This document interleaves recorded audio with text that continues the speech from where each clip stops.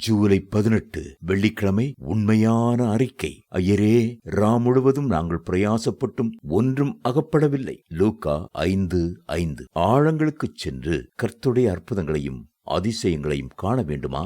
முதலாவது கர்த்தரிடத்தில் உங்களுடைய உண்மையான நிலைமையை அறிக்கையிட்டு உங்களை சமர்ப்பியுங்கள்.